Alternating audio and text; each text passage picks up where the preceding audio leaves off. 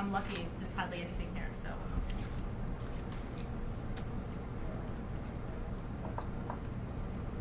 Oh, an email from Steve Wanland, is that? Yeah, Wanland. Just wanted to thank you for your time and support. The issues at 53 City Depot appear to be moving in the right direction. There has been several emails and phone conversations over the past 2 days, and I have been assured that by week's end, next week, the water and sewer needs will be met. Yeah, I only put it in there to give you the heads up that, again, it shows people that, you know, everyone thinks that on any site plan you just have a hearing and that's the end of it. But that's Brendan's project where Skip came to us and said the contractor accidentally went within an easement, tore up a sewer line, and that it took us a lot of time. Between Brendan, myself, Mike Andrade, we spent hours, and Steve was very instrumental too. So it was nice of him to say that, but it also shows that projects go on forever after the hearing. And, you know, we're always dealing with that field stuff, and it's very time consuming. Thank you. It was nice for him to let you know, thanks. It was very gracious of him. From the town of Oxford Planning Board, public hearing notice. The planning board will hold a public hearing on Monday, April 25th, 2016, on applications for special permit and site plan reviews submitted by Transit Investments. Damian Maraca, President. The special permit and site plan would allow for the construction of an approximately 7,000 square foot building to house a roofing company, located at 2 Old Webster Road in the light industrial zoning district. And that's it for correspondence.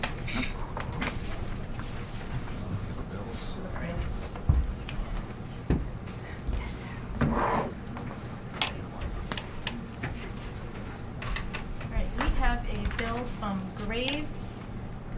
There's a 1, 2, 3, 4, 5, 6, 7, 8, 9 invoices totaling $2,420.85.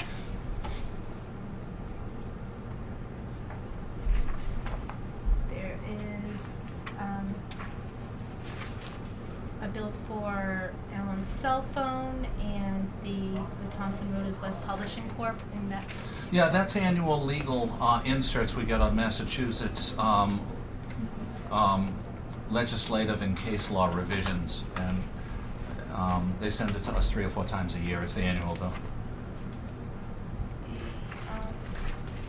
for petty cash for $78.68 and just for postage.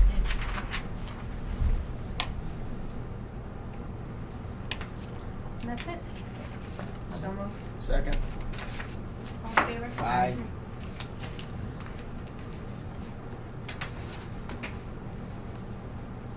We have to wait 11 minutes. I could do a couple of the permit administrations. Yeah.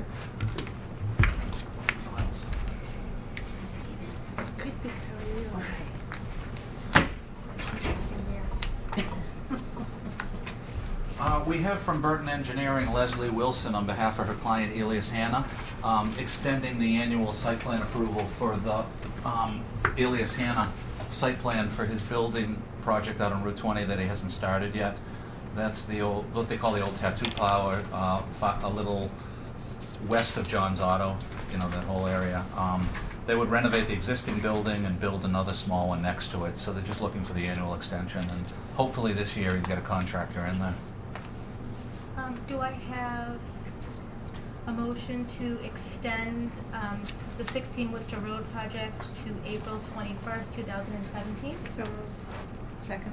All in favor? Aye.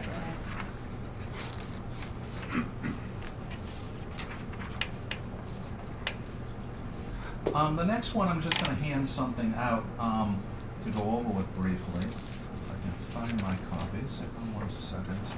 Got a lot of paper here. Just out of order because we're. Here we go. We had a field revision request that Graves recommends, and first I'll give you the Graves report as I explain it. Out at the mini golf, he had a stroke of good fortune, no pun intended. When you'll recall, just to refresh everyone's memory, when we did the site plan, he met with DEP and he went over on-site well usage, and they limited him with a particular well on the site to only I thought it was about 120 days a year. So obviously, he was hoping that he could get another well that exists on the site going that would give him more capacity and they could lift that, and it worked out well.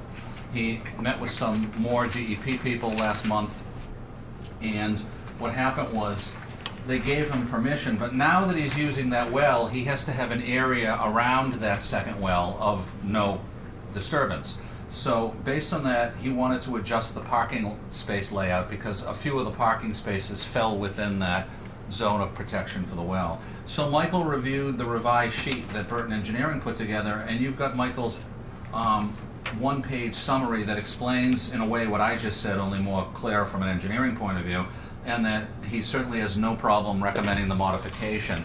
To show you what it is, so you'll visualize it before you vote on our recommendation of field adjustment, here is the parking lot layout that you approved last year. And I made a copy for everybody at 8.5 of 11. I'll head one to Pete and Ross and the other 4 from Jane around to Alicia. This is the revision. And you can see basically that these spaces are within the zone of activating the well, so these spaces are gone. And he added more to the east to make up for it. And as Michael mentions in the report, he is losing 4 spaces from the original proposal, but it's still well beyond what the minimum zoning requires. So basically, losing that western row because of the zone of protection for the well expansion that DEP approved. Something like that is of a level of a field adjustment. It doesn't require public hearing, just a planning board vote this evening, and then we can write it up, and we'd be in good shape. He's doing very well out there. I go by daily, I talk to him occasionally, and you know, he's shooting to get it done as quickly as possible. Once he does all the prep work and finishes that, he can get the company in to drop the laughing clown in the windmill and all that stuff. And Does he have like a potential?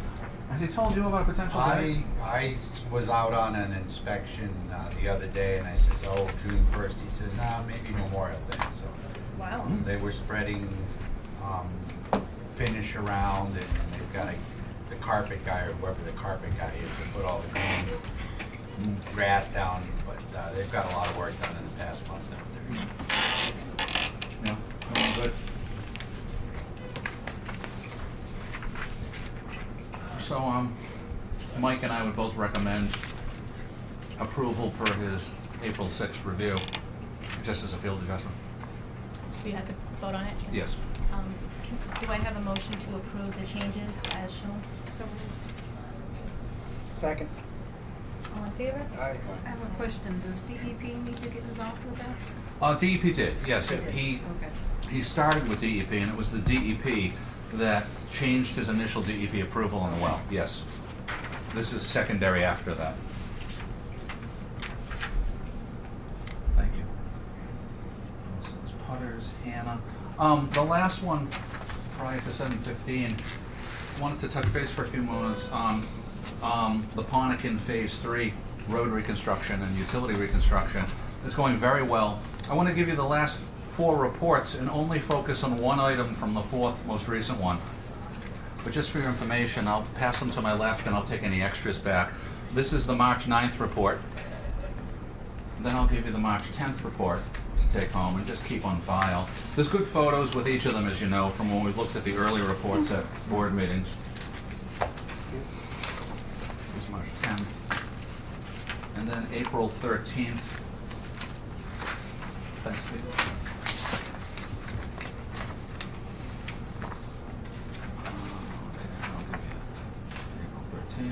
And it's the April 18th, the 4th one. I just want to point out one item when we, after it goes around to everybody.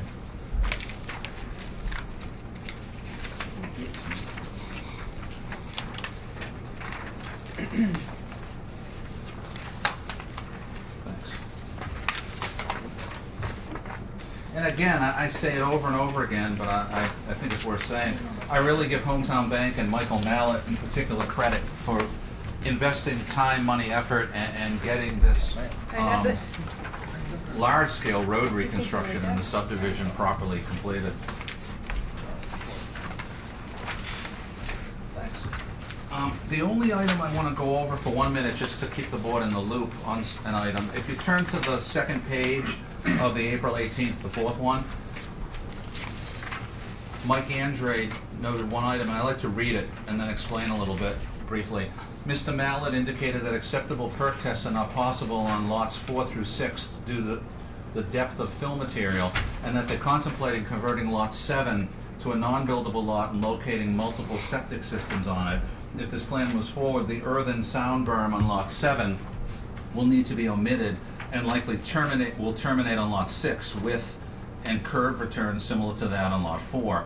Modifications to the earthen berm will require approval from the planning board and peer review by a sound engineer consultant. What he's referring to refresh everyone's memory, when we approved the subdivision initially, because it's near the pike, we had a noise consultant. It's the same company, HMM, that we used for the motocross a few years later. And 3 of the lots exceeded federal and state noise, and that's lots 4, 6, and 7. So the planning board required the earthen berm, and as you know from a previous report, they've constructed the earthen berm on lots 4 and 6. He's correct in that if they choose not to build ultimately at lot 7, they wouldn't need the earthen berm because the purpose of it is for the house that would be located on the lot. I don't know anything, it's the Board of Health's bailiwick, I don't know anything about the likelihood of them being able to use lot 7 as a multiple septic system location for nearby houses. I personally have never seen that, but again, it's not my world, it's the Board of Health. I don't know if anyone else in the room has seen that before, but if they want to pursue that, they pursue it through the Board of Health.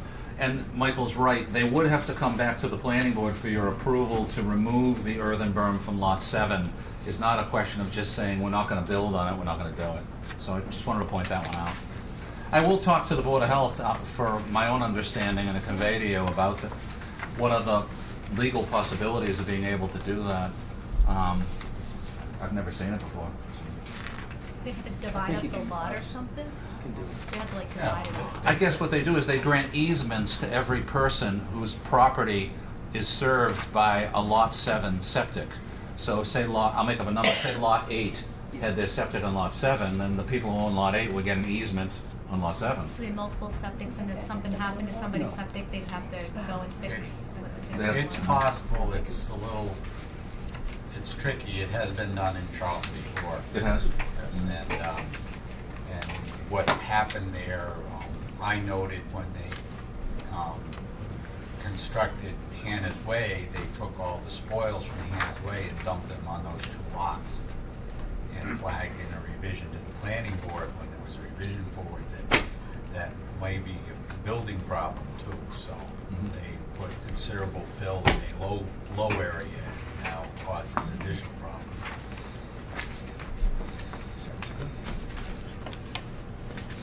Yeah, so let me give you, the 7:15 hearing is for 3 of the petitions, and the 7:30 is for the 4th one, so here's the 7:15. Pursuant to MGL Chapter 40A, Section 5, the Charlton Planning Board will hold 3 consecutive public hearings on Wednesday, April 20, 2016, starting at 7:15 p.m. in the Planning Board office, Charlton Municipal Office Building, 37 Main Street, Charlton, Mass.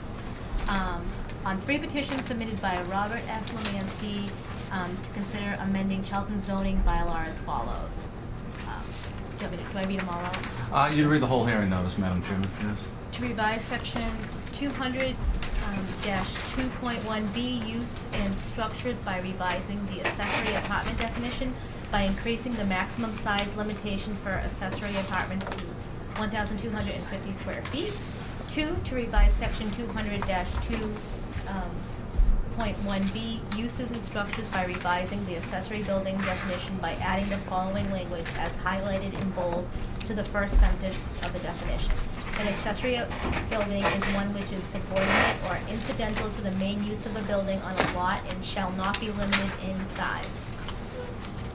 To revise section 200-3.4, non-conforming conditions, subsection B-2, structures, by changing the time period for commencing the repair or rebuilding of a non-conforming structure destroyed by fire or other catastrophe from the current time frame of within 12 months to a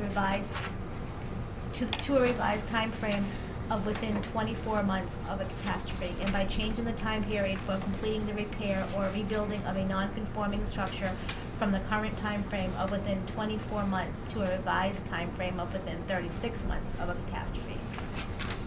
The complete text of the 3 proposed zoning bylaw amendments are available at the planning board office and town clerk's office for public inspection during regular business hours. Any person interested in or wishing to be heard on the zoning proposal should appear at the time and place designated. Thank you, Madam Chairman. The hearing notice is for 3 consecutives, so where they are 3 separate hearings, 3 separate votes, that type of thing. And sometimes when you get smaller ones, particularly from one petitioner, you just manage it that way. For the sake of time, I'd like to go in a particular order, and I'd like to start with the one that's extending the time period on restoring pre-existing non-conforming. I think it's very simple. What you read is what it is. I've talked with Rob, obviously the petitioner, and planning board chairman isn't here, but he even said from his work, obviously he interacts with people, and it's pretty clear that just from insurance companies alone these days and personal plans of people and how things take, there's certainly makes sense to give people a little more leeway. So to be very cut and dry and quick on that one, so we have a very heavy agenda tonight, but I'm not pushing anything more than it should. I think it's very simple, and I'd recommend that it certainly be recommended to town meeting. But if you have any questions to the petitioner or anybody else, I'd be glad to discuss. When my house burned down, I didn't get my first insurance, and I had a 3-family that burned down, complete loss, 18 months before I got my first insurance check. So, it makes sense. And I think as Rob said, I don't know the history of why ours was set in 1987 with the time period that it currently is, but the state law allows you, under state zoning, to go wider to a lengthier period. But back in 1987, there are things in our bylaw that differ from state law, either more flexible or less flexible in certain areas, and there's 1987 reasons why people did it, but I think it certainly makes sense. Do I have a motion to, If you want to discuss, fine, but on any of these, the first motion would be to close the hearing, and the second one would be your recommendation to town meeting. do I have a motion to close the hearing? If we close the hearing, we can't discuss the other 2, because they're all under one hearing. No, they're all in one legal ad, but they're all separate legal hearings, and I confirmed that very clearly.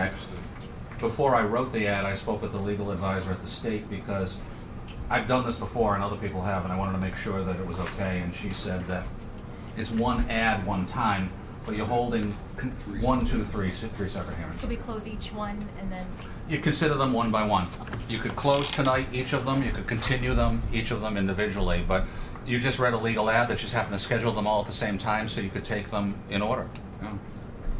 So you're only dealing, at the moment, with one of the 4 petitions, the one to extend the time period for restoring nonconformances. Move to close the hearing. Second. all in favor? Aye.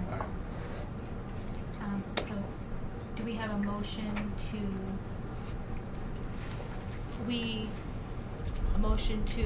To recommend to town meeting either approval, disapproval, something different, but as your staffer, I'd respectfully recommend that you recommend to town meeting approval of the petition. do we have a motion to recommend to town meeting? So moved. Second, for approval. All in favor? Right. The second hearing, I think just to go in order of ones that then need a little more factual explanation and or discussion, expanding the accessory apartment. It was 500 a few years ago. You had Jane and I do a survey, we expanded it to 750. Rob initially was proposing just expanding it to allowing it any size, but I appreciate the cooperation and working together. He revised it per my recommendation that I'm never comfortable with this type of thing, that you don't have some limitation, because you never know. You really, for any performance standard, you really have to come up, in my personal opinion as a land use planner, with a threshold or a limitation on either end of the extreme type of thing. And what I mentioned to him, and he resubmitted his petition to 1250. When we did the survey, I shared the information with him from a few years ago, and some were 7, 8, 9. Webster was 1250, and he chose to go with that one. The one I don't like, just to explain the research. We found a couple communities that were doing it, instead of giving a square footage for accessory, they were going with percentage of the primary household, size-wise. And I know that's been a problem in a few communities I've talked to, and what they seem to do is, instead of saying the accessory apartment will be no bigger than X number of square feet, they've said no bigger than 25% or 30% of the main unit. And that's kind of difficult because you're not really setting a standard, you're changing it lot by lot, house by house. And it's really uniformity and people saying, well, how come my neighbor could have a bigger accessory one but I can't? Well, your neighbor's primary house is bigger. And that creates conflict and animosity. I like the idea of sticking with a square footage, and what he's proposed is the 1250. Can I ask a question, or would I do that after? No. 2 questions. When you say accessory apartment, are you talking an in-law apartment in essence? Yes. What defines the difference, just so I know, between an in-law apartment and a two-family? Kurt deals with it more as the zoning enforcement officer. Two-family, using the building code, to be a two-family, each unit has to have two independent means of egress. So Okay. if you think of a duplex, they have a front door and a back door. Accessory apartments, as we call them here in Charlton, have a commonality to the primary unit. And I always look for a connection of that commonality so that it is not a duplex, or it can't be set up as become a duplex, which is not allowed in the A zone or primary zone. Exactly, okay, that's, Also, just for your information, Kurt provided with me today a comment letter, and I had Jane highlight in yellow the title of each because it's all 4 of the hearings tonight, consecutively for your information. And he did raise the same question about possible concern about duplex versus accessory type of thing. So it's obviously an item for you to discuss and consider. and when you say a commonality, and I apologize, we run into this sometimes, do you mean, so I have a garage and my accessory apartment, it can be accessed through a garage that is accessed by both parties, or are you talking about a door that actually goes into the main house? I look for it to be a door into the main house. Okay.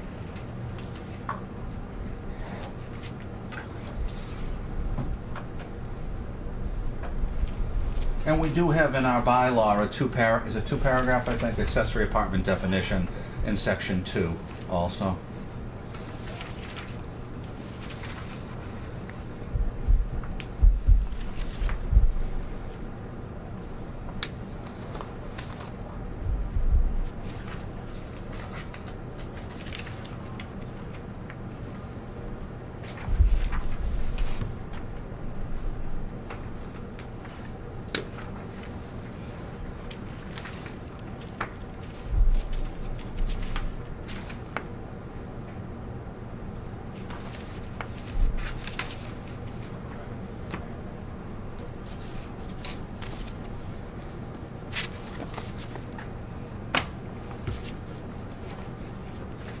Are these points all part of the warrant? Excuse me? Are these points part of the warrant? That's Kurt's comment to you. Okay. The warrant itself is, and I'll read it, it's a very brief warrant article, to see if the town will vote to revise definition 200-2.1B.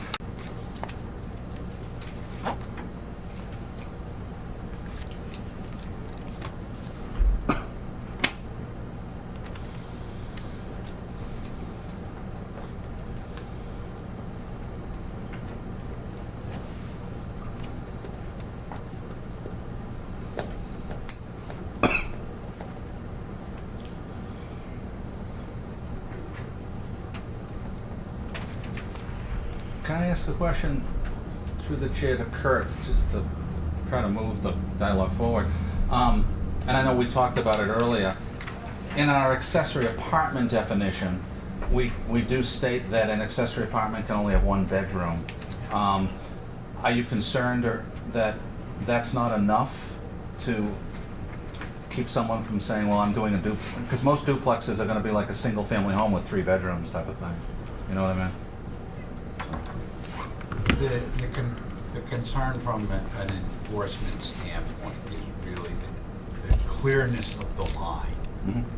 and what happens and what we hear happening from appraisers or banks later on in life. Well, was this a permanent accessory apartment? Is this allowed to be here? When was it built? Because that, and if they cross that line and it becomes duplexes, or the bank views it as a duplex, it certainly would change the way the bank would handle that single-family home. I get the idea. I figured out that you must be an appraiser. Banker, Okay, good Yes. banker. yes. So anything that gets that large is going to start smelling, potentially smelling bad. Mhm. Yeah, I have apartments that are 1,200 square feet that I rent out for, you know, a lot of apartments that are that size or smaller. Do you see one bedrooms get that big? Or are Depends they- on, I mean, some of the old houses are really big, but, I mean, Mhm. I don't, one bedroom, Can you think of a way to clarify in terms of operation that would keep a conflict emerging from someone saying, well, I don't think that's an accessory apartment, it's a duplex? And I hear exactly what is being said here as far as the possibility of someone violating the rule, breaking the rule, taking an accessory apartment and saying, well, mom passed away or dad's now in a nursing home, we don't need it anymore, so why don't we rent it out? Whether it's 500 square feet, 750 square feet, or 1,200, you're not going to stop that. The only way that it will be stopped is that a couple of ways is periodically the assessors do their reassessing. In fact, I got an envelope in the mail the other day. And the other way would be is that when in a potential sale, sometimes what it's called for is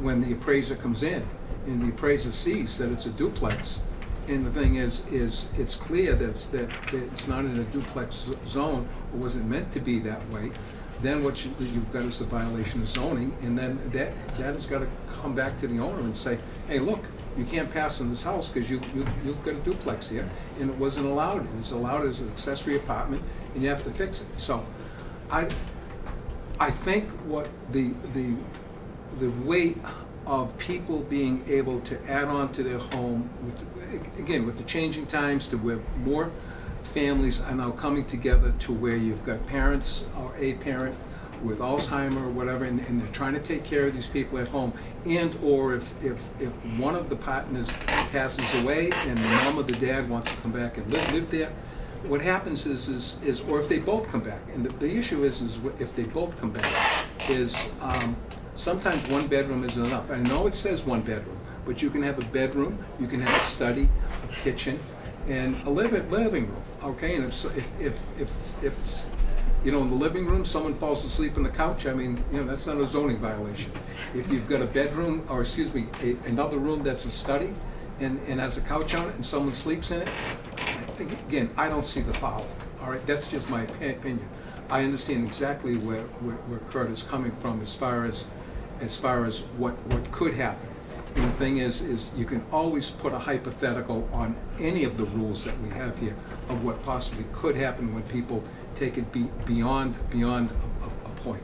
So I'm just looking at, in fact, I was just talking to a friend of mine the other day, and he hadn't known that I filed these things, and he was talking just about the in-law apartment, and it's sometimes, and of course, in our new bylaw, it doesn't list 750, it still lists 500. That's a typo that we're correct. Right. And so, but what this does is allows people, again, if they can afford it, to build enough space in 1,250 square feet, and usually it would probably be up and down, or if it was a wing, again, it's not that huge, and at least it gives people the option.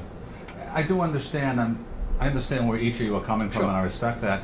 I think one reason Kurt's raised the concern is, you look at our zoning map, and about 80% of the town is agricultural A, and it doesn't allow duplexes. So he's concerned about Sure. potential sliding in that direction of having problems to have to then focus and enforce on. So that's where it came from. so. I will say that we had one go up recently where it was the same idea. It was the main house and then mom was going to live in the accessory. And when our appraiser went out, they said, well, there's not enough common area. This will be considered a duplex unless you change the site plan, not site plan, I apologize, but the house plan as such. And that's what they had to do, is change it so that there was more equal access.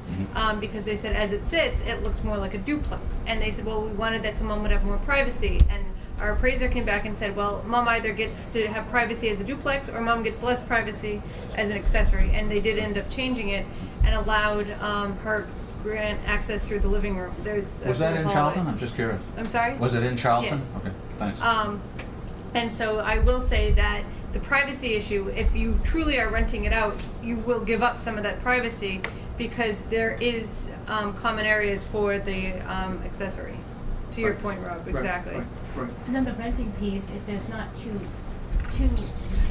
Points of exits, egress, and yes. if something happens, you're in huge trouble from your insurance Yes. company.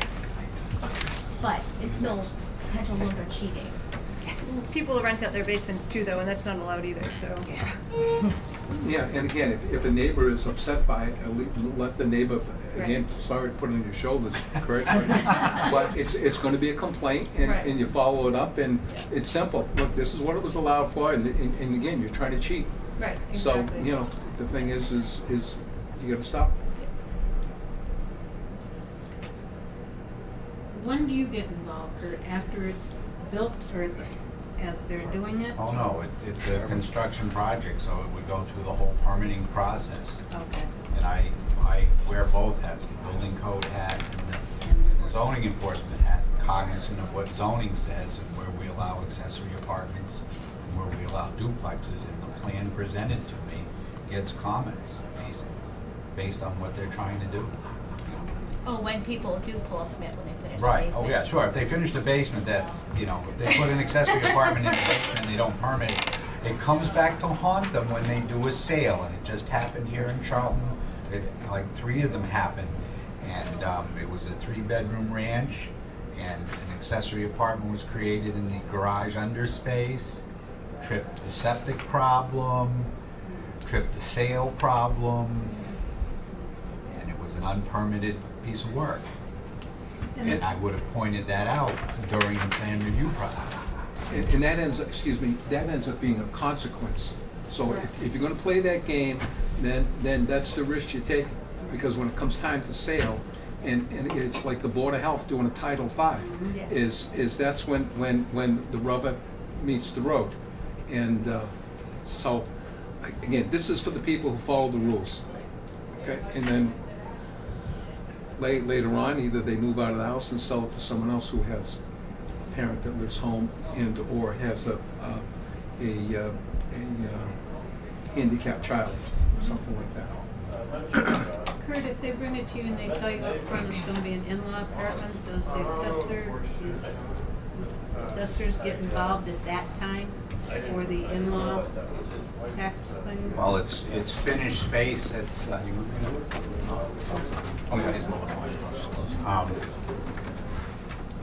the assessors assess it as finished space, and they look at it as finished space. Having more than one kitchen in a house, or more than one bathroom, or multiple bedrooms is not a problem. It's the living unit Okay. definition and such.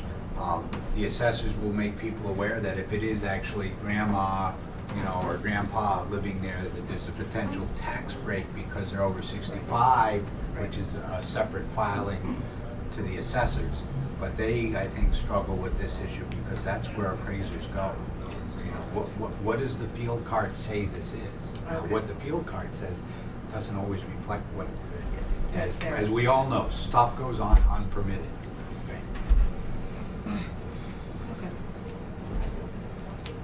And Kurt, you would agree, if I may, there's no way of regulating that.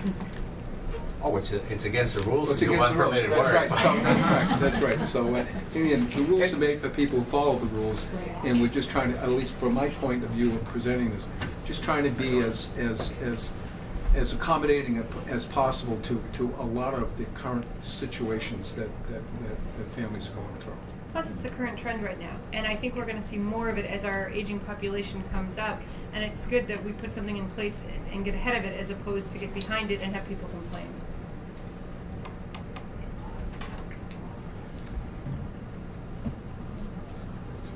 Motion to close the hearing? So moved. All in favor? Motion to recommend to town meeting approval of this petition? So moved. Second.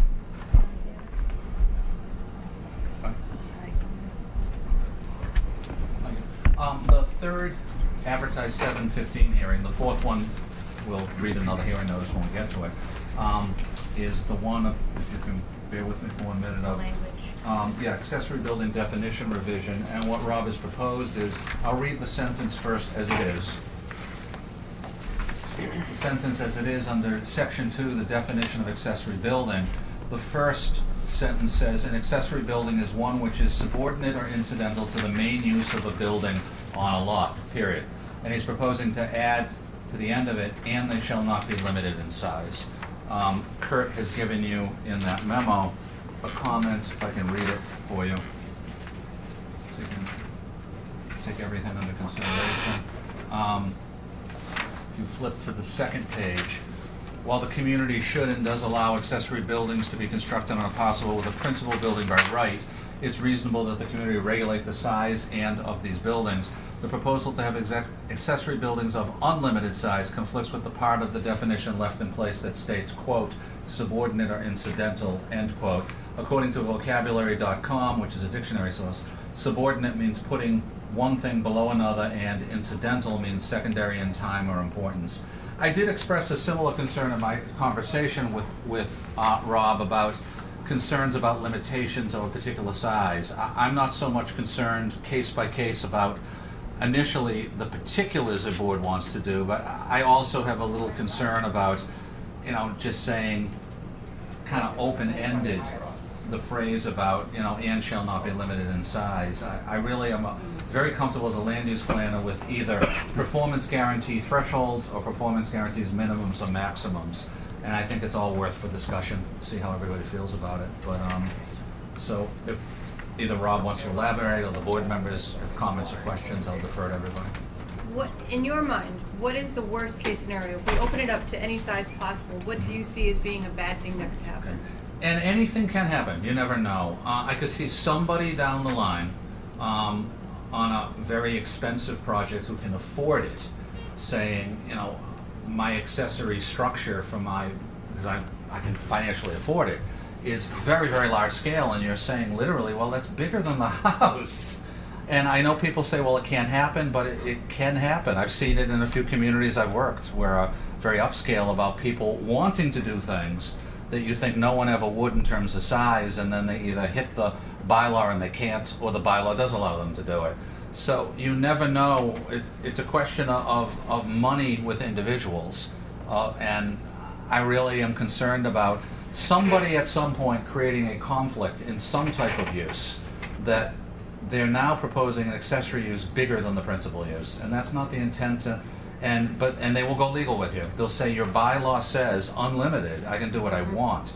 I respect the fact of maybe wanting to increase things, but leaving it open throttle, it makes me uncomfortable as a land use planner, because somebody always says, well, my lawyer and I said I can do anything I want under that type of language.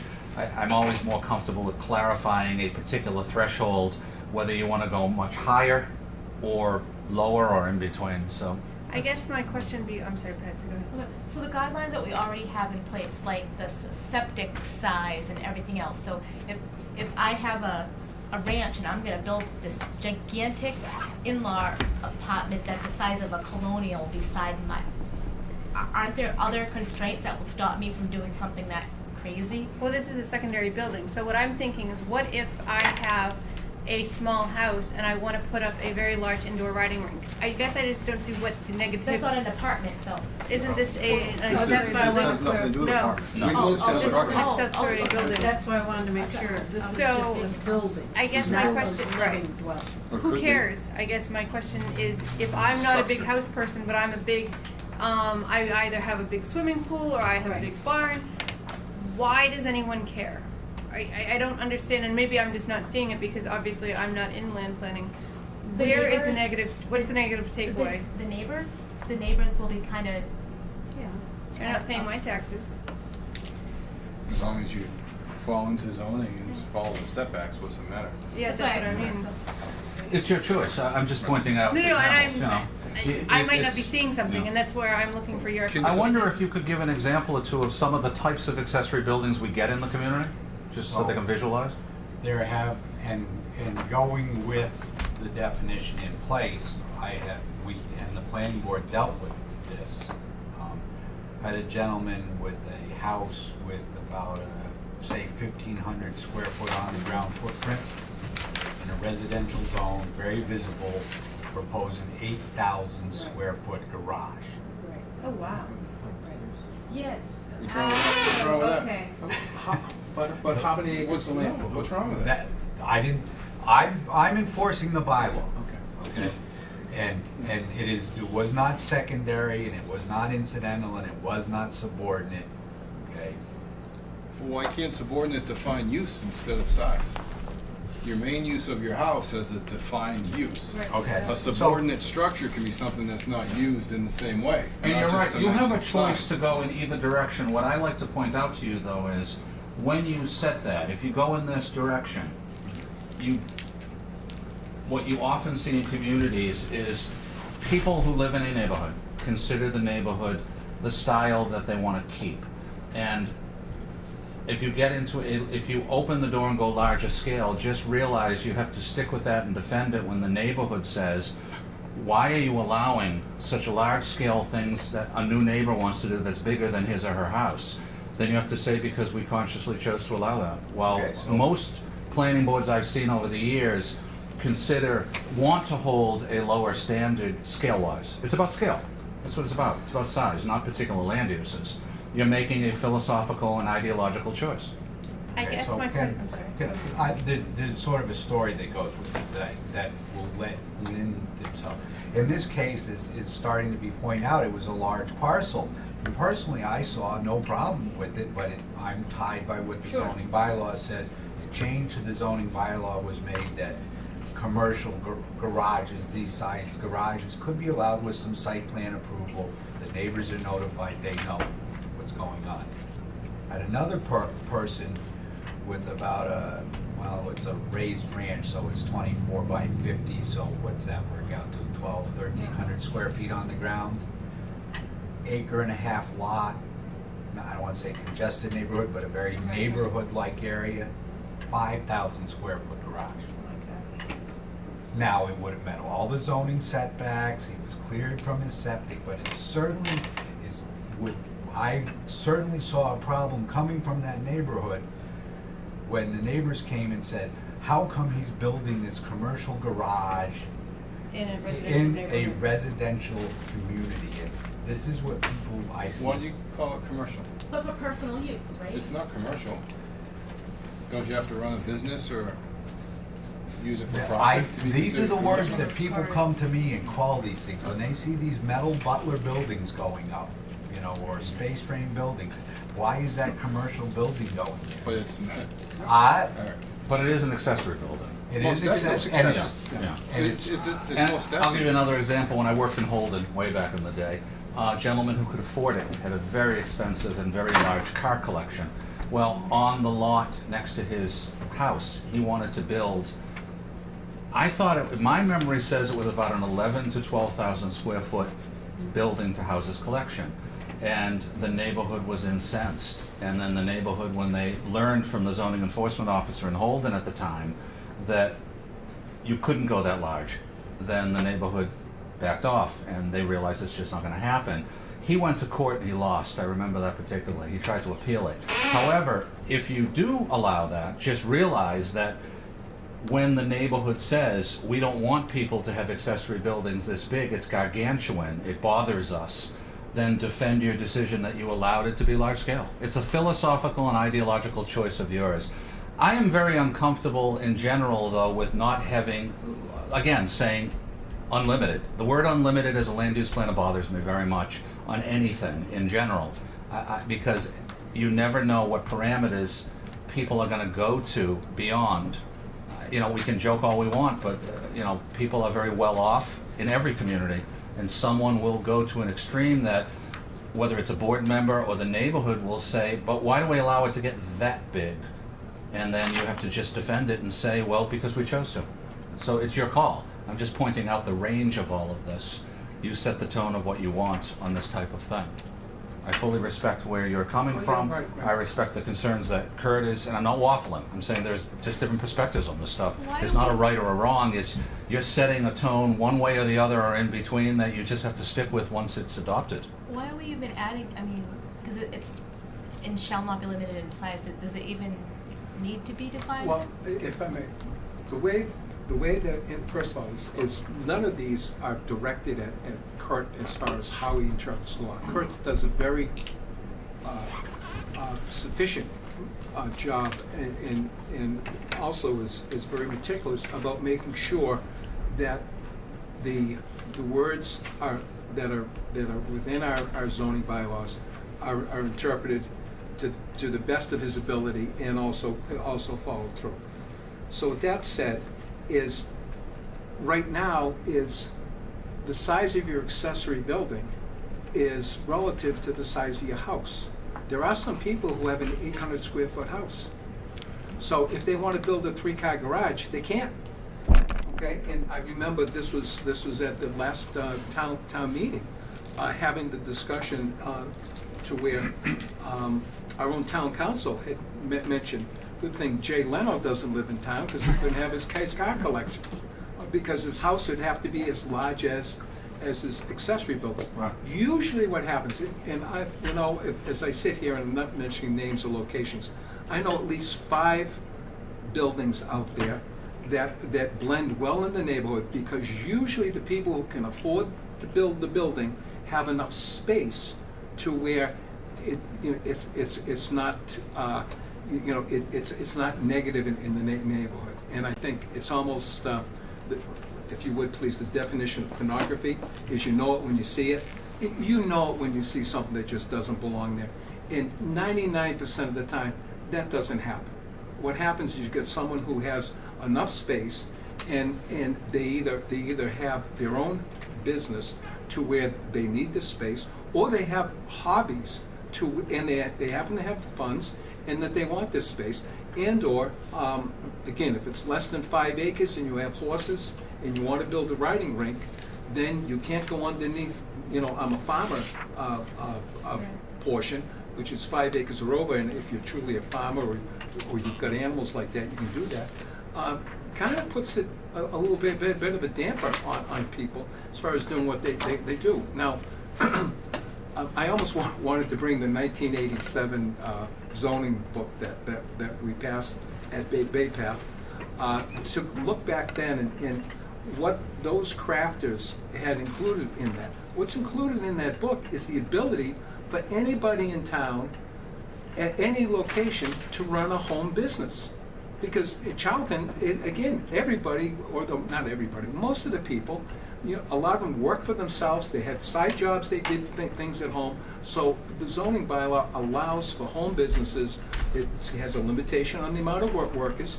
So if you were to have a home business, and of course I believe the building has got to be connected. But getting back to the other examples that I was talking about. In fact, I know one fella, he was in the car business. His garage was like 7,500 square feet. You could not see it from the road. And again, usually is just like we talked earlier about accessory apartments. Usually everyone follows the law. Sometimes you get someone who goes outside the boundaries. But for the most part, is by using the word unlimited is because right now it is limited. It's limited according to the size of your house, and I think that may be unfair. Obviously, that's why I brought this up and saying, yeah, I think it's unfair. So that's where I was coming from. We're 20 minutes over from the next one, and you don't have to wrap up any of these in one night. We do have 2 more meetings before town meeting. I'd recommend that you heard a lot of information, you've got a lot of points of view, and I completely respect whatever you decide to recommend, but would you want to continue the hearing to the next meeting so we can move on to the next one? Because we do have people waiting too, it's a very heavy agenda. And you do, actually for most of the warrant articles that you get when you hold hearings, you usually don't vote the night of the hearing anyway, but it made sense for the previous two because they were not much to discuss. Would you want to continue it and move on? Do you want a So motion? moved. Thank you. I'm confident that at your next meeting on May 4th, you can wrap it up for whatever your recommendation is. Sure. Make a motion to continue this to the next, what do we do? To May 4th. May 4th? Thank you. Second. All in favor? And for the 7:30 hearing, here's the notice, Madam Chairman. I can take the previous one back. Procedurally, Alan, Sure. this petition's already accepted by the Board of Selectmen, and it's on the warrant. Yeah, the way it in works this is, form. the way it works is, you are only holding an advisory hearing to present a recommendation at town meeting and to give people who are interested a chance to come to a hearing and discuss it with you prior to your recommendation. So if the petitioner wanted to make changes to this, he'd have to do it on town meeting floor? Yes. And then the board could not recommend on that because we haven't met basically. Right, the board could just as individuals, as town meeting members, speak one way or the other or anything like that, but yes, you're correct. If he was to make changes and bring them forward for our hearing, could we vote on the changes? Well, We can this is my understanding from both Jim Cosgrove as town council and other places I've worked. They recommend that you can make something more flexible, but you can't make a zoning warrant article through your hearing process more limited. So Okay. if you were looking to get more limited on this or anything else, you really couldn't. You'd have to Okay. really, town councils have even recommended that you wouldn't even do that at the town meeting floor. You'd have to do it at a future submittal. Understood. But if you wanted to make something more flexible, you can do that at the hearing and at the town meeting. We can't, more flexible than unlimited is pretty tough. I know. It's tough. Pursuant to MGL Chapter 48, Section 5, the Charlton Planning Board will hold a public hearing on Wednesday, April 20th, 2016 at 7:30 p.m. in the Planning Board office, Charlton Municipal Building, 37 Main Street, Charlton, Mass. On a petition submitted by Robert F. Lemansky to consider amending Charlton zoning bylaw as follows. To revise Section 20-3.4, non-conforming conditions, subsection A, 2, by replacing the term residential use with the phrase single and two-family use in reference to subsection A.2, non-conformity land use allowances per the provisions of section 200-33.4, non-conforming uses. The complete text of the proposed zoning bylaw amendment is available at the planning board office and town clerk's office for public inspection during regular business hours.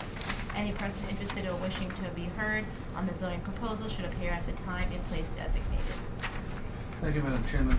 I'm just going to hand out to you for your reference the actual very lengthy paragraph in our zoning bylaw in which Jane highlighted in yellow what's being proposed for revision. And then, Rob, if you could briefly, for just a few minutes, I think it's best in your words to explain what you're trying to propose here, because it's hard for board members when they see a very large, lengthy type of paragraph like that with one adjustment to just on their own understand what's trying to be achieved. And thank you, I don't mind doing that at all In now. that direction. When our zoning bylaw package was passed back in 1987, included in it was the section about non-conforming structures, and it appeared that they tried to quote chapter 48, section 6. And when they did, they left the words out, single family and two family. And what this means is that if you have a lot that was created, and when it was created, it was a legal lot, and that you didn't own any other land around it, and as time went on, and then you wanted to go and build on that lot is called a protected, it's a protected lot, even if zoning has changed. So zoning changes, now it's non-conforming, but it's protected. And what's crystal clear in the state statute, it's protected for single-family use and two-family use. Now, when you read the way that it's written in our bylaw, it's interpreted and has been interpreted by our code enforcement officer that yes, it's a protected lot and you have the right to do a single family and two family. I'm doing this to make it crystal clear, so if someone's reading this lengthy paragraph, that if they happen to be an owner of a non-conforming lot, that this is their right. And even if you wanted to in Charlton, you can't take away someone's right that the state gives you. So this is the right that the state is given. So all I'm doing is making a correction, very similar to the correction if your house burns down, you have to start construction in 2 years. The statute says, look, 1 year. The statute says if you now become a non-conformer, in other words, the building's gone and it's a non-conforming lot, the statute says you got 2 years. So that's a correction, and that's what this is. This is simple. It's nothing but a correction. Thank you, Alan. You're welcome.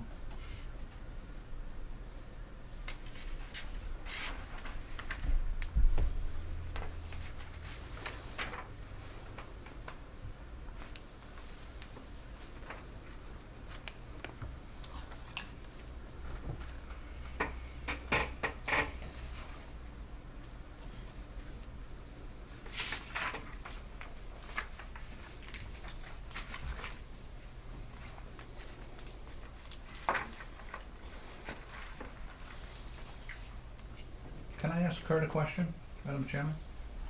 In your comment, Kurt, you use the phrase, nor would it, and it's a typo, it says all, nor would it allow the construction of a use contrary to those uses allowed in a particular zone as prescribed by table 203.2, et cetera, et cetera.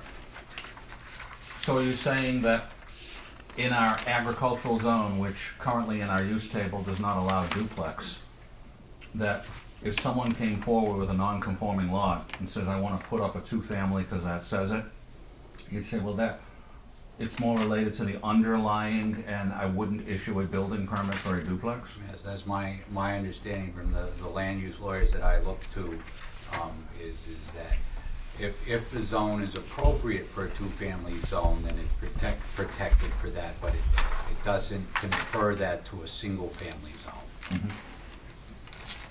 That would be a concern of mine if this language was changed, is that people might be mistaken, and I think there's case law that backs this up, and of course there's always case law on both sides of the argument, but I don't want to lead people astray and say, oh, well, I have this protected lot in an agricultural zone and now I can build a two-family because this says so. That's not the way I've understood the case law and the statute to be constructed. But we're only saying that if a two-family burns down, then you can build a two-family, not if you have a single family that you can build a two-family on. But no, that's not correct. This section also deals with undeveloped lots that size-wise are non-conforming. Yeah. A protected lot has a specific definition, and the definition is that it was legally laid out and recorded at the time of zoning, or 19-something or other, whichever came later. So it has nothing to do with when the building burns down. That's covered under that other pieces, how long you have to rebuild an existing thing. Southbridge runs into a problem. It's not a problem, they've dealt with it all along, is if they have a three-family that burns down, often it can only be rebuilt as a two-family because the underlying zone allows only a two-family. Mr. Chairman, if I may, respectfully, Kurt, I disagree. I knew that was coming. And that's okay, because first of all, it's chapter 48, section 6 is the most litigated chapter in the entire laws that the state has. And it's my interpretation, and also reading from Kurt's old friend named Mr. Schmidt.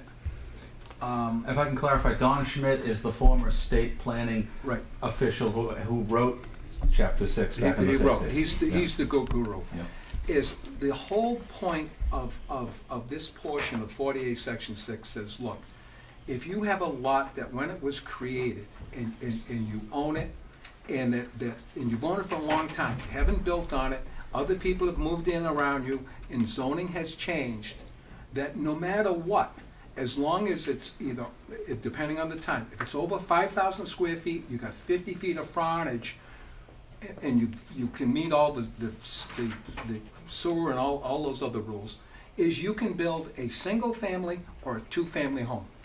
It doesn't matter. You could even be on Route 20. If in fact that when that lot was created, it was of legal size, that this is what this chapter says. And I firmly believe that the discussion we're having right now, that some of the crafters didn't want to use the word two-family. And that's why they didn't put it into the original 1987 bylaw. Again, maybe that's me being a little bit, I don't know, whatever you want to call it, but maybe being but I really think it was left out on purpose. And I know Kurt has, on issues similar to this, I know Kurt has followed this fact. Even I know that Kurt has followed. I've just recently seen it in my neighborhood. We had a clearly non-conforming lot. It was 50 feet wide, 50 feet by 130 feet. And they were entitled to build a home, and they were entitled to follow the rules of setback at the time when it was created. And if the rules were 5 feet, then that's what it is. It's 5 feet. As much as you have, as a town, your arm is twisted and saying, geez, we don't want to do that, but people have rights in the state. When they put all this together, said, look, we're going to put these rights here for people who bought land, they intended to use it, didn't get around to using it. Now when they do get around and the rules have changed, we need to protect those people. And we're not talking a whole bunch of these lots all over the place. These are very few isolated incidents. And Kurt, Kurt ends up seeing these, and again, they have discussions and you usually work it out. So I just want to make it clear, and that's the whole purpose, is that the original bylaw, it was not clear. All we're doing is mimicking what the state says. And if it's wrong, then let the lawyers handle it. But at least what we'll do is say, this is what the state says. It is very interesting in that I've never had this proposal and this type of discussion before, because I just have never seen it. Some things pop up. I'd like to look into it a little more. Can we continue this one and wrap it up on May 4th? I've got a few questions in my head I'd like to, not so much other towns. I want to look at the law. I want to check into some information I have from Don Schmidt in the past, and I don't know where it will come out. I'm being honest here. I don't have a particular position, but I'd like to look into it a little further for everyone's clarification, and we can continue the discussion on May 4th. I do have one question before we do that. If that parcel that this person has held for years and years and Sure. years, if he sells that, then it's out the window? No, the protection goes with the land, not Goes with the with the owner. land. It's always goes with the land. Doesn't Yes. matter who owns it. Yeah. The protection is with the land, That's is with the land. Yeah. So the land is what's protected, not the owner. Not the person. Right. What often happens though is that a neighbor will buy that lot to Hopefully. increase their holding, and then that no longer is a protected lot. Would you agree, Rob? Absolutely, absolutely. As soon as you join a lot together, or if you own 3 lots together, and those 3 lots are all non-conforming lots, and those lots are held in the same name, the lot lines, disappear? they're supposed to disappear. They disappear in the eyes of zoning. They disappear, correct, because what happens is you are obligated, if you own adjoining land, that when the zoning changes, you have 5 years, there's a 5-year period when zoning changes to when you either make a decision and build on it, sell it, or you lose it. Yeah. So the two lots that you had you thought you had on Glen Echo that were 15,000 square feet each now become 1 lot. So what I'm intrigued by is, and it is new to me, this question has never come up before, is what I want to look into is see information-wise about the issue of if it's a zone that is currently zoned single-family, and can the interpretation be to allow the 2-family? I've never had that question posed before. I want to look into it further. But when the lot was formed, they were allowed to put a 2-family. Is that what we're saying? Exactly. I don't, well, I assume, There was no. yeah, because in 1987, yes, let me explain. In 1987, the first zoning bylaw was adopted. So prior to 87, you did not have a zoning bylaw, so you revert to a section of chapter 40A that allows single and two-family lots. That's how it works in the communities that prior to the zoning bylaw. That's what 40A alludes to and sometimes references directly. So I just want to look into it for everyone's clarification. We certainly, again, you aren't under the gun that town meeting is until May 16th. I'd like to look into a little, for my own understanding, for understanding people with all points of view on this thing, and see if I can provide some further information for everybody on May 4th. Do I have a motion to extend to make the May 4th meeting, so we can look a little more into this? So moved. Second. All in favor? Aye. Thank you. We good? I'll provide you some backup. Thank you. Okay. All right, we're all set. Have a good evening, everybody. You too. See you. I apologize, my children are falling It's asleep. fine. They're We've got them right up. They are. In the dark? Walk around, don't make people sleep on to the very No, it's my stuff's always in there. Getting all good My shape. desk. I apologize. Have a good night. My kids were too. I'm gonna grab some maps that I need.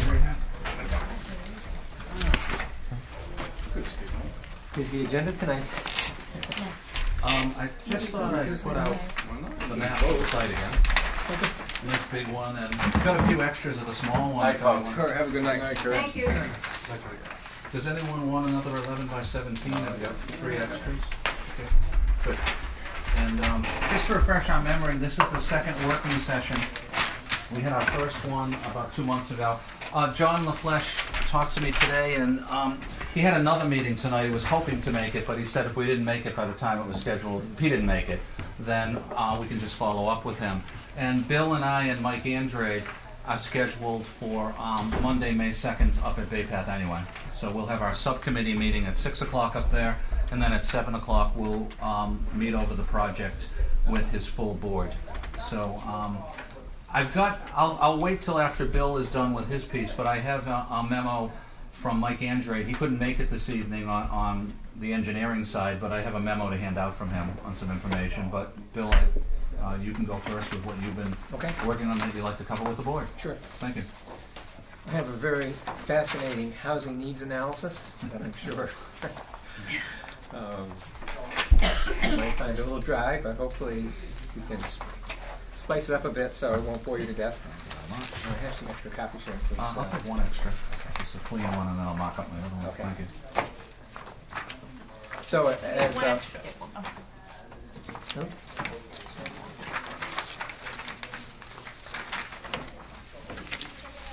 So as Alan mentioned, this study is looking at the feasibility of housing development on property that's across the street from the Bay Path Regional Vocational School. And Graves Engineering has done a site layout which shows, I think, 14 dwellings with 2 units each for 28 units. And what I've done is sort of looked at the housing needs in the town to complement that site-specific analysis that Graves has done to get a sense of where the needs, housing needs of the town are and what we might want to consider for this particular property. So I'm going to go through this fairly quickly, and obviously you can go through this data more thoroughly at your leisure, but I just wanted to run through it quickly tonight. On page 1, regarding building permit data, you can see a graph there which shows the number of building permits that have been issued in Charlton from 2000 to 2014. During that period, town issued 812 permits for 812 units for an average of 54 per year. The overwhelming majority of these were for single-family homes, 99.5%. The other were two-family dwellings. 2 of those for a total of 4 units. And there were no buildings with 3 or more units during this period, according to the building permit records. The largest year was in 2014, when the peak occurred at 110 permits. From 2007 to 2014, There were 218 permits issued, of which there were 214 for single-family homes and 4 for two-family dwellings. So the average for the year, for that period, was 27 per year. So even during the housing recession, the town still had a modest rate of new home construction.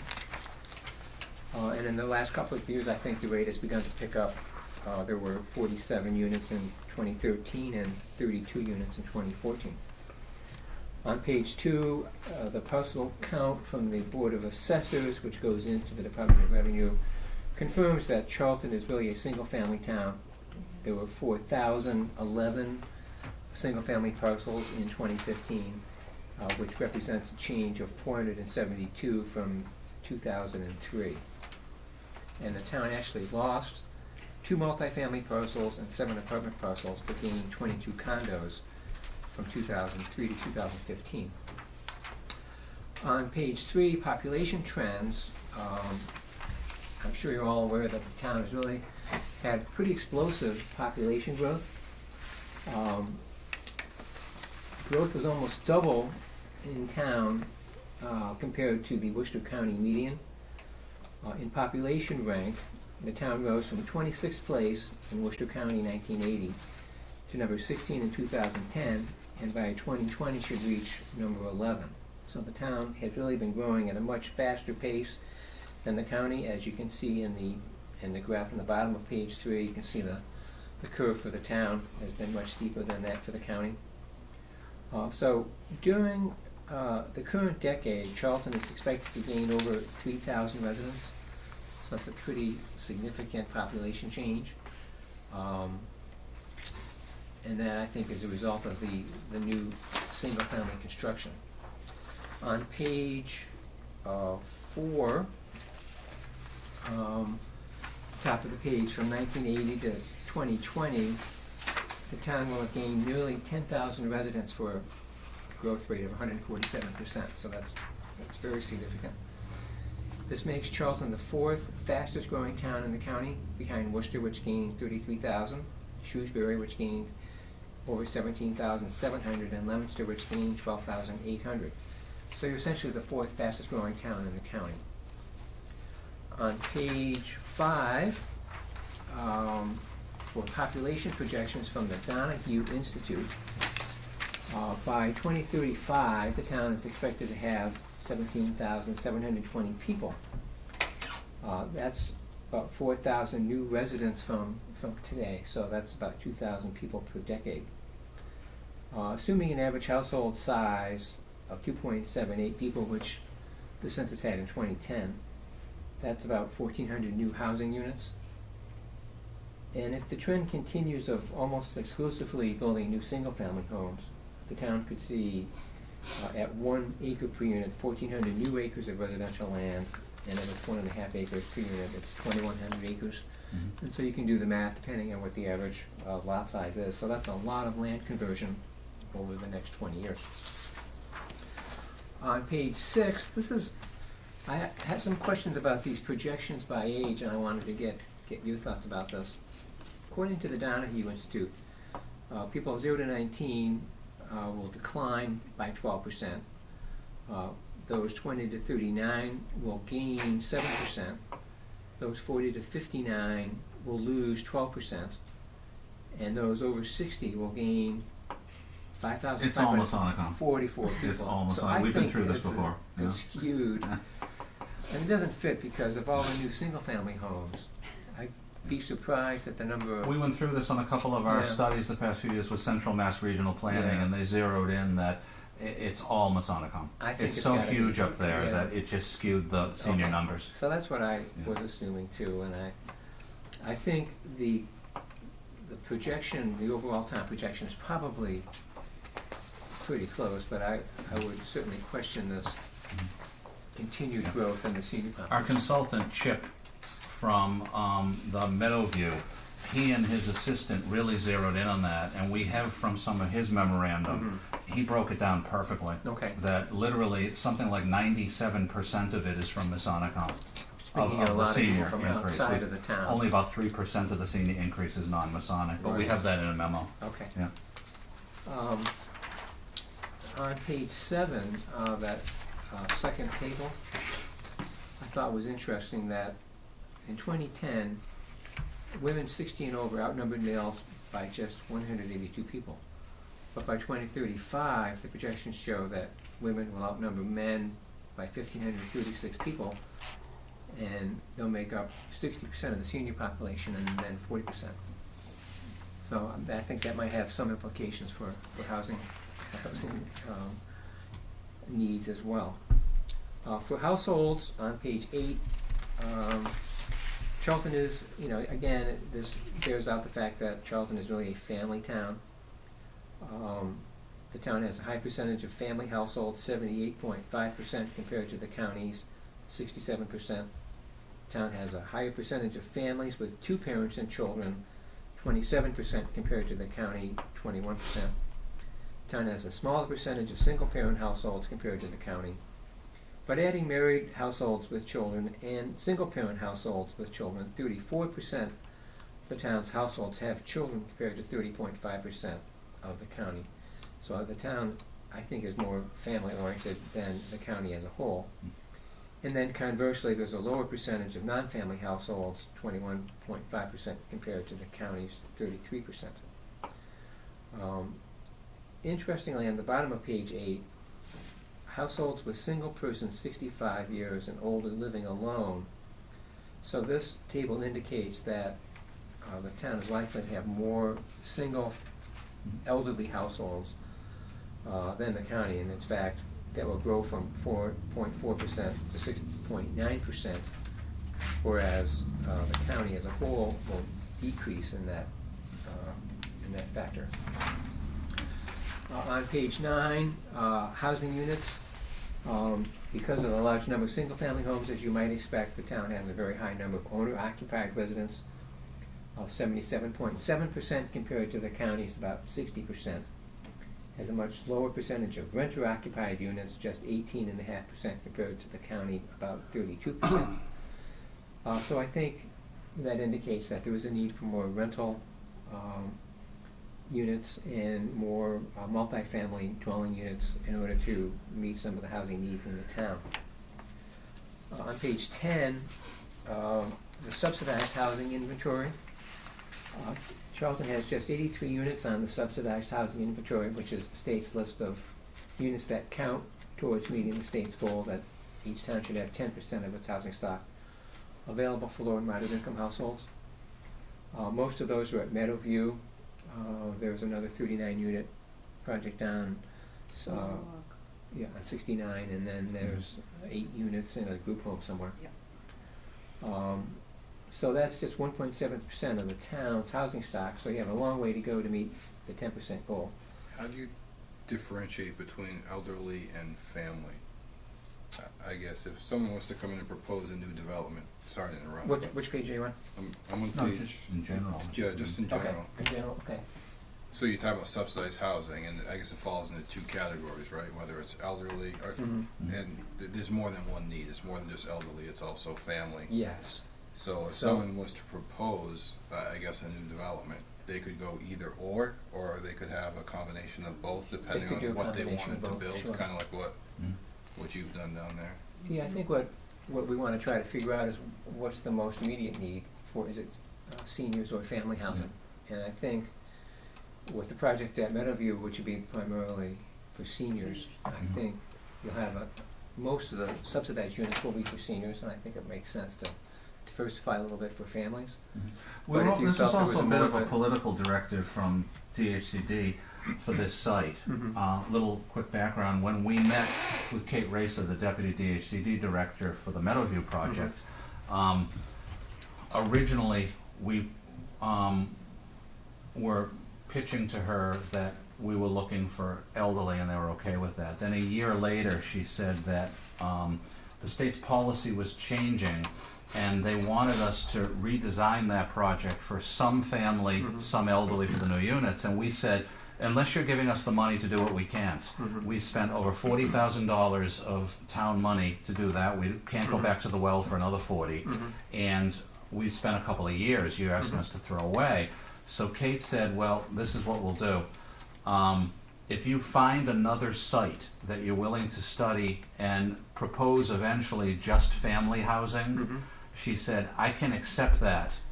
So when other communities say, I gave you money for Meadowview for elderly only, how come you're making my community do at one site both family and? I can say, well, in Charlton I may have done that, but I mandated that they find another site for family. So we're kind of operating under a political directive too, that Yeah. this site has to be family in order to get the Meadowview elderly money. So that type Well, of thing. I think the need is there for family units. I mean, you have needs in both But Pete categories. raises a good point that if you Yeah. didn't have that mandate, then you could look at this site for either a combination or one or the other. You could go either direction. Yeah. And the fact that you'll be next to the school and there's a ball field proposed adjacent to the housing development, it kind of makes sense to do family housing there so that children will have a place to play. Staying on page 10 for a second, I thought you might be interested to know how your neighboring towns fare in terms of 40B, and most of them are much better off than you are. Charlton is certainly on the lower end, 1.7%, but Dudley's only 2.4%. East Brookfield has 0. Leicester's just 3.9. Oxford has a fair amount. They, in the 50s and 60s, had a couple of large affordable housing projects built, so they're at 7%. Southbridge, as you might expect, has a fairly high number. They have 490 units, which is 6.5%. Spencer's at about 5%. Sturbridge at 5.6%. And overall, the regional total is 4.8%. So I think regionally, there's a need for affordable housing, not just in Charlton. Can I ask you a quick question on? Sure. So these units are just mostly housing authority because you're not considering like the Section 8 apartments that are out there They and would stuff, qualify right? as well, but only if they're project-based, not if they're mobile. So if you Not have a a Section 8 certificate, certificate. then you can go Oh, anywhere. so the Section 8 certificates do But if not it's get they're tied counted. to a specific property, But then they they would do count. have what they call So the project-based vouchers don't count. No. vouchers, because those are mobile. It could be here Right. today and gone next week. Yeah. You never know where those are at. Mhm. But Section 8 also does a project base where there's land involved and they're right there. They're not gonna move. Right. Those would Yeah. count. What I find interesting is that you haven't had any 40B developments come into town, and that's how most of these other communities boost up their goal. And, We had a couple, but they didn't pan out. Yeah, we've had a couple of small ones that were proposed, and then for their own reasons, they fizzled out. Right. yeah, It's been about a decade since, and they were small, like 10 units, 15 units. Yeah. But you figure 10 there, 15 there. Right. Would Sure. have helped. yeah. Anything would have I helped. know, Yeah. for sure. But you need water and sewer for those to really. That's That was okay. the problem. And Yeah. that's, Yeah. that still holds us back. Yeah. Exactly, yeah, because of the density for what they want to do. Usually they find a piece of land, and like we had one of them, under our zoning bylaw, you could do 2 house lots, but it could be designed as a high-density townhouse, and they were gonna do about 14 townhouses under a 40B. Right. But then they ran into their own financial issues and walked Sure. away from it, Mhm. you know. On the next page, 11, the waiting list. Jean had given me this information about a year ago. Thought it's worth repeating because it does indicate a need. For the waiting list for Meadowview, for the 31-bedroom elderly units, 48 residents were on the waiting list, and 42 non-local people were on the list. For the 6 3-bedroom units of family housing, 8 local residents are on the list and 21 non-locals. The average waiting time for a 1-bedroom elderly unit for Charlton residents is about 3 years, and non-local residents hardly ever have the opportunity to move into a unit. For the 3-bedroom family units, local residents must wait about 4.5 years, and non-local residents hardly ever get into a unit. So there's a lot of people waiting, but not much out there. So they're kind of waiting in vain. The housing cost burden is a factor which housing planners use to identify if people are spending more for housing than they can really afford. And this says that if lower income households have to spend more than 30% of their monthly gross income on housing, they are considered housing cost burdened. When they have to spend more than 50% on housing, they are considered severely housing cost burdened. So in bold, that third bullet, 63% of households earning less than 80% of the area median income are housing cost burdened, and over 25% are severely housing cost burden. And then the table gets into the percentages and the numbers, which you can study, but it shows that there's a pretty high need for affordable units, since over 63% of the households that are lower moderate income have to spend more than 30% of their income on housing. And then the last page, on page 13, really is just sort of a summary with some of the main conclusions. So the town has had strong housing growth, and I think it looks like that's going to continue for the long term. But nearly all of the units have been in single-family homes, which I think indicates a need for new multiple unit dwellings. The town has had very high population growth, one of the highest in the county, and the town will have about 17,700 people by 2035. The new single-family homes have resulted in a high percentage of ownership units and fewer rental units.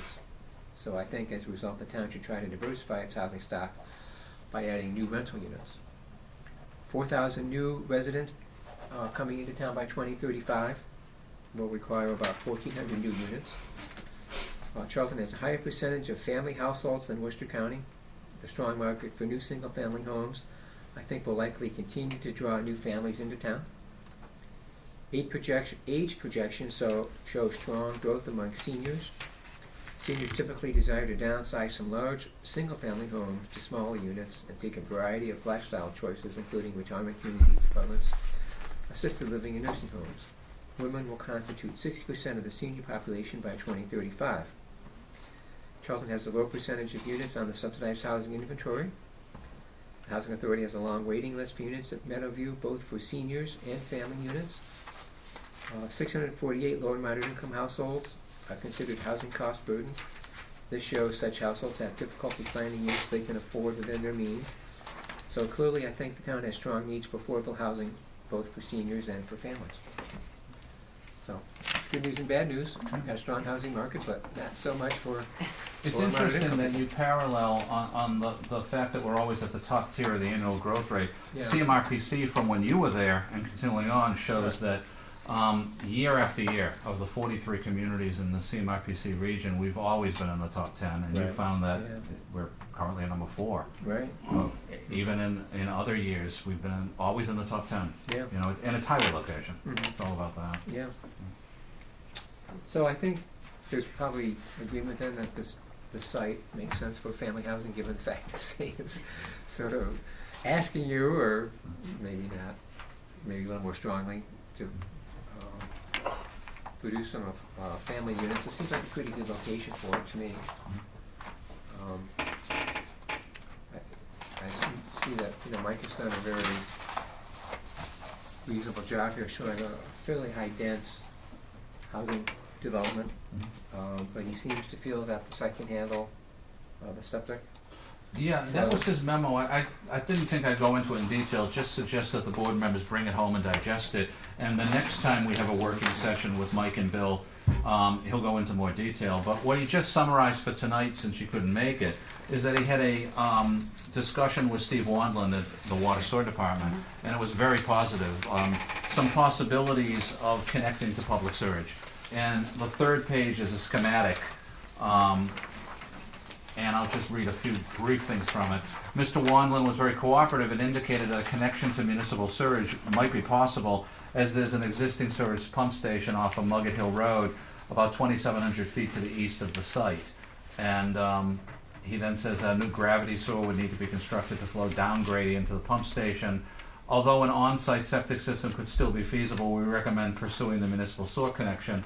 And then he says, and finally, an agreement, as we all know, has been reached between the town and ExxonMobil for construction of the school loop water main, which will bring water service to this property. So the next time we meet with Mike, he can go into more detail on the utilities, but that looks positive too. That's great. One other item we have in the scope is a public forum to present results of this analysis to date. It's supposed to be a joint planning board housing authority meeting. I'd like to get your thoughts in terms of how you would like to handle that, whether you have a planning board meeting or a separate meeting to... I think what Talk we'd like about to do, just step by step, is feedback to the planning board after May 2nd from Bay Path. Okay? And then after that, taking into account when we've done that type of joint thing before in our previous affordable housing, it's been on the planning board agenda, and we invite the housing authority to join us, Mhm. and they can post at the same time, the way we do that with EDC sometimes. Yeah, I think that makes sense. Yeah. Is that Um, okay with your board? Okay.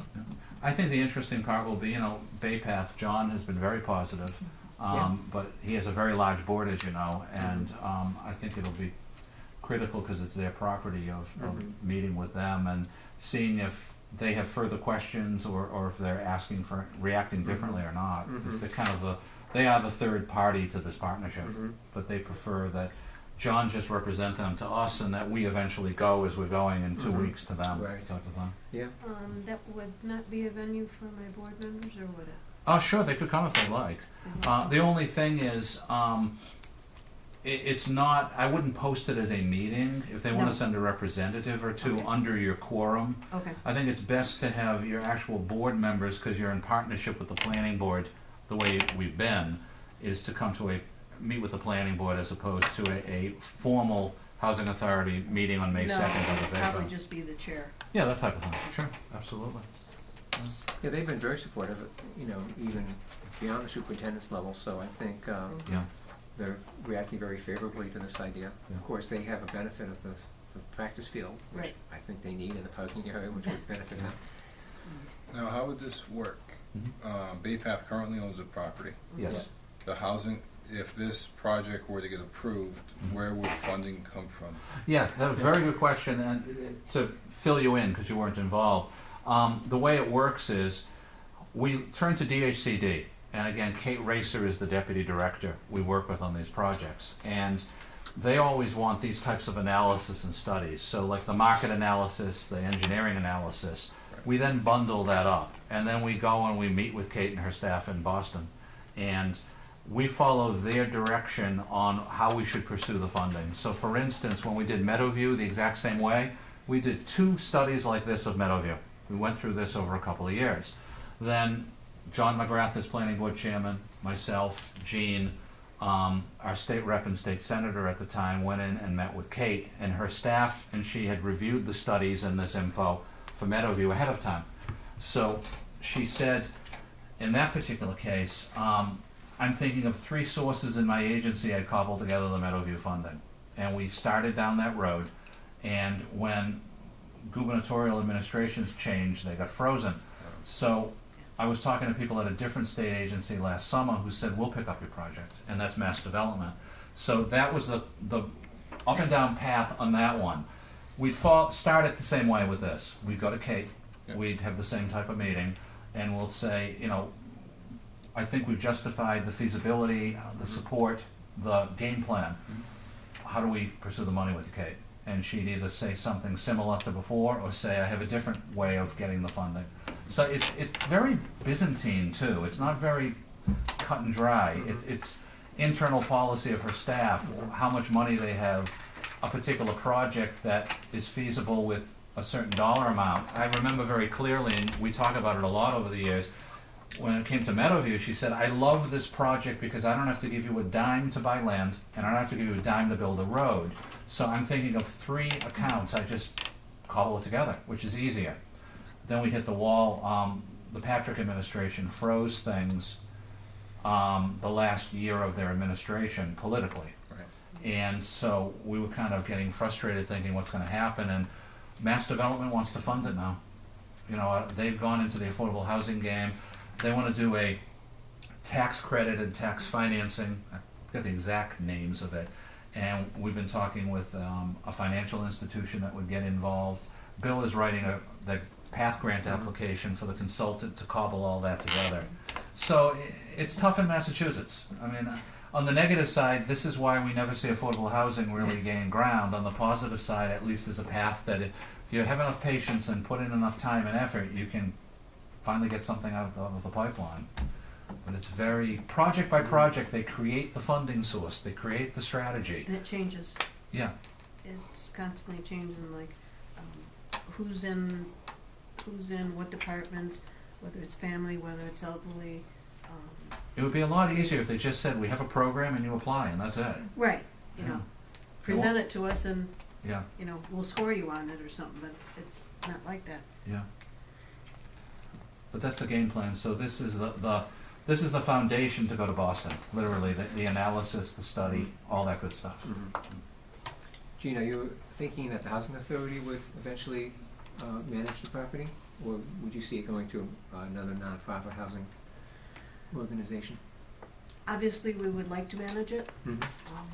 My board is always trying to say that because we feel we do a pretty good job of managing what we have. Mhm. It depends totally on who's doing it and who's financing Who's it, what's funding gonna it. happen. Yeah. But I think the housing authority makes sense because, you know, you have closer ties to the community than Right. someone from We're out of town. gonna be so- here, we're Right, not gonna leave exactly. it high and dry. But then the developer and everything wants to take advantage of all the tax credits and everything that Mhm. are due to them. And maybe after the tax credits have expired, then they'll Mhm. turn it over, Okay, which you have to wait a little bit, but because you have it's not funding 99 years. to maintain the units, but not really to build them, right? Right. So once you Right. have them, that you can manage them, it's We've been getting them managing, built. we've been, right, even with the, budget cuts and everything and, level funding for the last years, Mhm. it's hard, even with what we have, to do it with what we have. Mhm. Mhm. And as you know, in the old days, there was a structure that she could just apply for money Mhm. and pursue Right, it. yeah. Now, as they've told us on Meadowview, they want a developer partner. So we've been talking with a Worcester nonprofit that would partner with Mhm. her. But the grant that you're writing for us on that would give us funding from this same program for the consultant on that project to put Mhm. together the whole application, the Mhm. proposal, so we can all go to Boston on it. Right, Yeah. mhm, good. Really, Rod, you need a few months on that? What do you think you need for? For the application? Yeah. Just a month or so. Oh, great. Yeah, it should be that bad. Fantastic. We should be ready by the end of May. Great. Okay. Thank you. Should we meet with you and Michael again, or should we just eventually, beyond Bay Path, consider that next meeting the public session? I think so, yeah. Okay. You know, unless, I mean, I think it's coming along. Sure. If you have any, Unless we have any major Right. problems. then we could certainly do that, but I think we've got a pretty good draft to present to the public and get Great. some feedback. Great. Fantastic. Okay? Good, Thank you very much. thank you. Hope you don't stay too late. Okay. Good night. Thank you, Almost thank done. you. Okay. Thanks, Paul.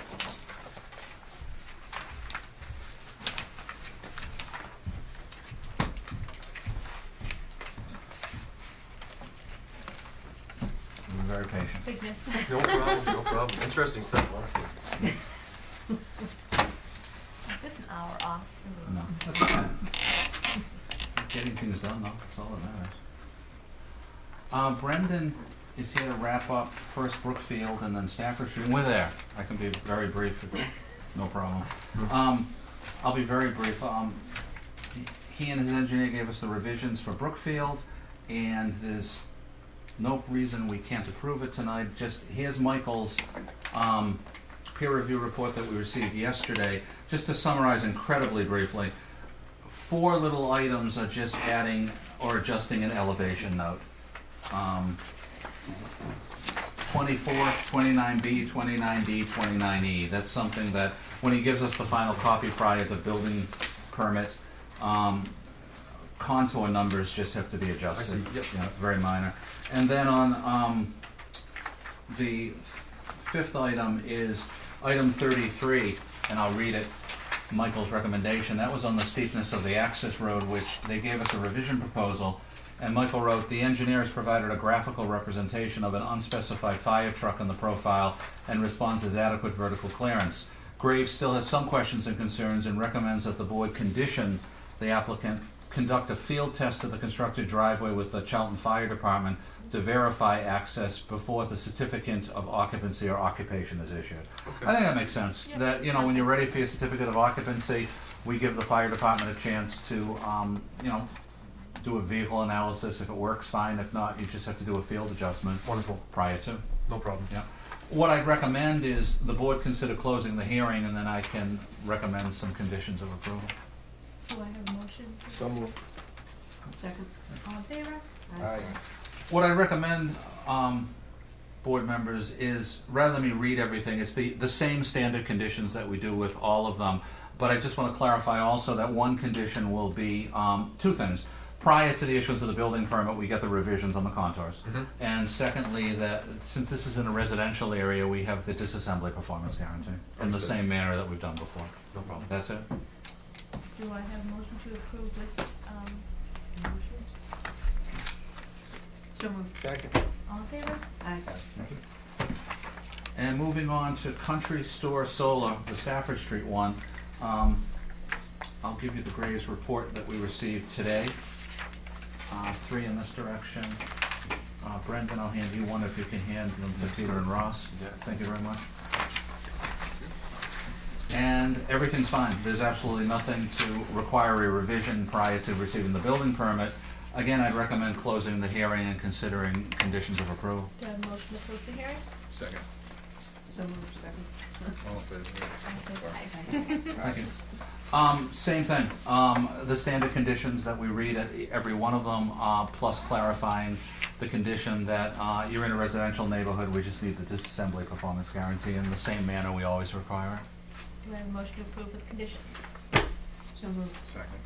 All in favor? That's it. Wonderful. Thank you, guys. We'll see you next week in a couple weeks. Thank you. Brendan. Thanks, Brendan. Thank you.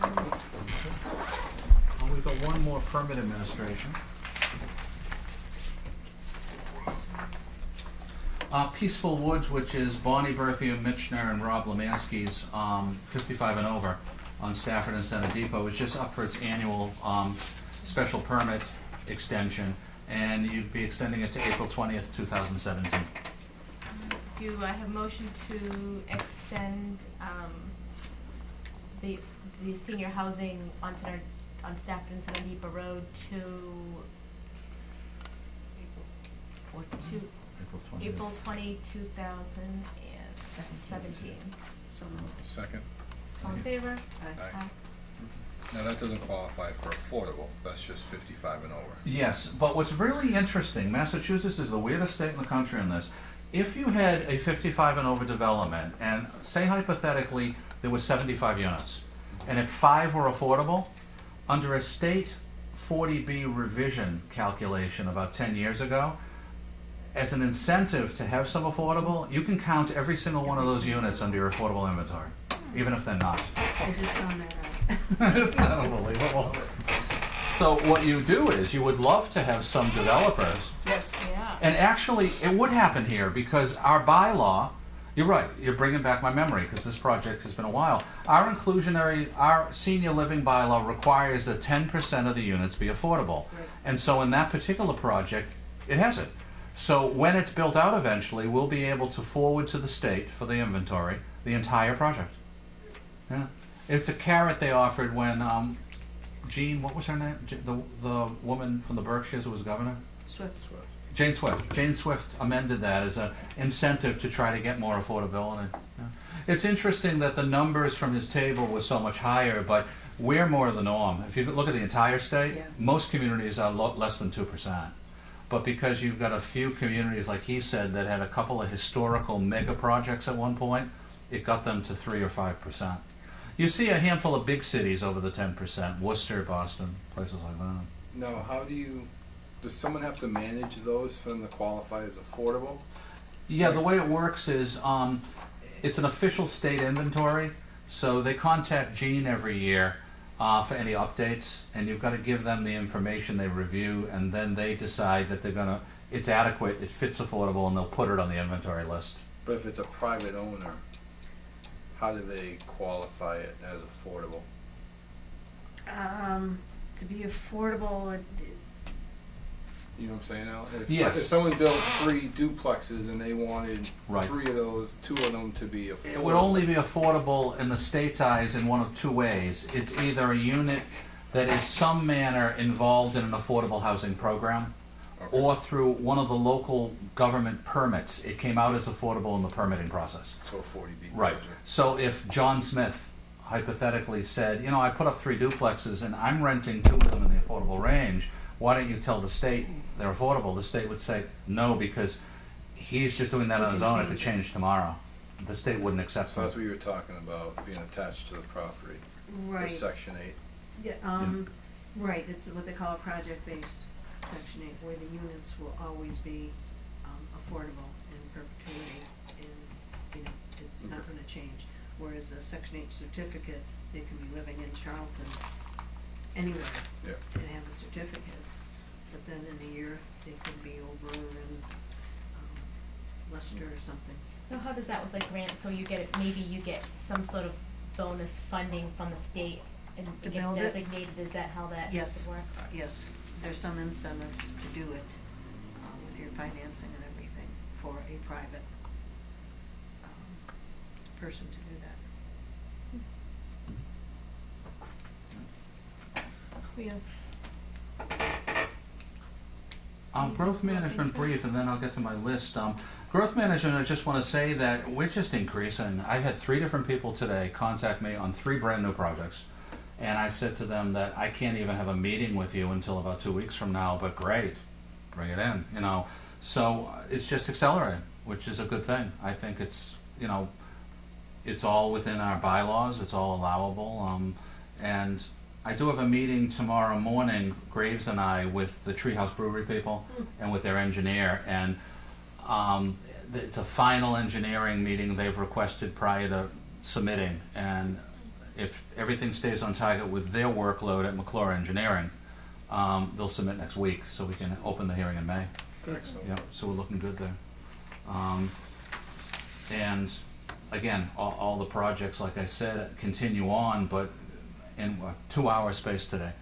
And I'm not authorized on public with cable by the applicants, but 3 brand new projects, the type of thing we've been dealing with, the type of thing we want to continue. And it just shows the economy and people are making decisions. So it's continuing on. I just have my list, if I can go through them.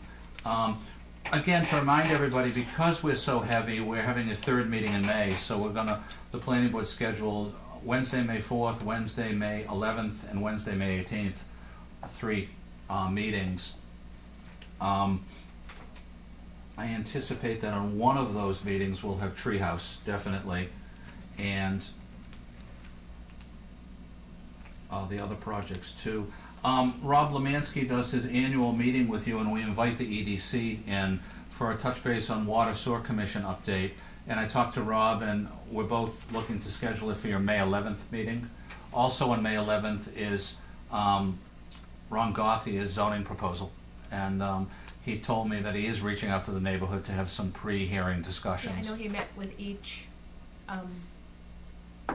neighbor individually. Okay. Any indication how that's gone from anybody? or- I was told that he hasn't found anybody that had any problems. Good.